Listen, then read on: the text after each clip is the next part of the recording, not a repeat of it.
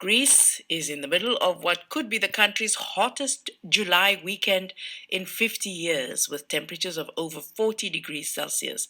Thousands of people have been evacuated from homes and hotels on the island of Rhodes to escape raging wildfires.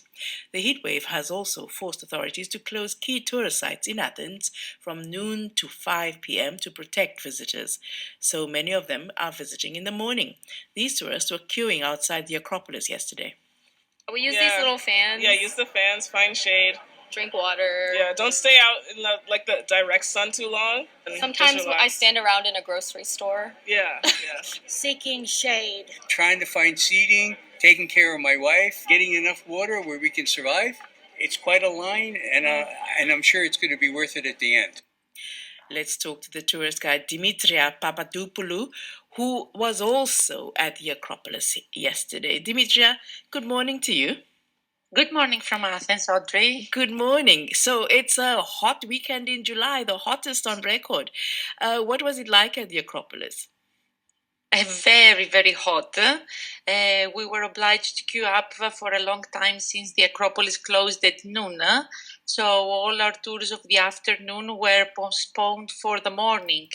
So it was quite hard to wait in the line under the sun and to visit the Acropolis also, which was packed. Oh, so there were lots of people queuing there. So you must be trained to deal with the heat, though. Maybe not extreme heat, but how difficult is it to protect tourists who are standing out in the sun?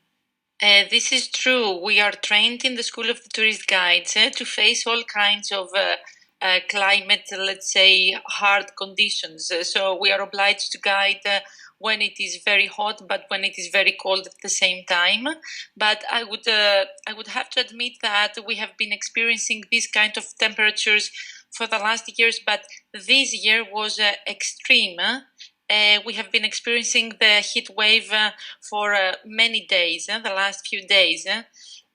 We are trained to deal with these kind of hard conditions in the School of the Tourist Guide. So many of my colleagues are obliged to carry umbrellas, gloves, sunglasses, water. We have to warn our visitors. We're trying to find shady spots in the Acropolis, and we are obliged to change our narrative also, because the most important thing is the safety of our visitors. So, because I imagine that people get quite grumpy in this very hot weather. Do you have to deal with people complaining, people maybe feeling unwell, people not very happy because they have long queues, all of those things? This is true, but these are monuments, UNESCO monuments. Acropolis is a unique site, so people are dreaming of visiting the Acropolis, and they come from all around the world. So it's a dream for them to visit the Acropolis. So despite of the difficult situation, I would say that they are very patient and they are waiting in the lines. But the truth is we have to make their life easier. So maybe the Acropolis should open a little bit earlier, around 7 o'clock in the morning, and maybe it should stay open again late. It should reopen again late in the afternoon when the temperature comes down slightly. Right. Do you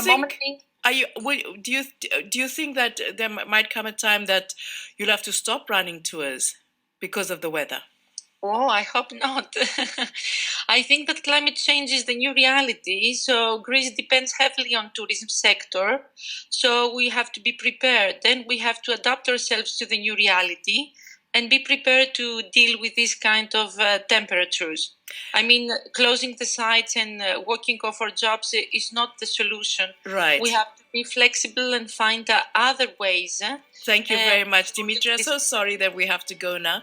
Dimitria Papadopoulou there in Athens, where it is a hot weekend in July.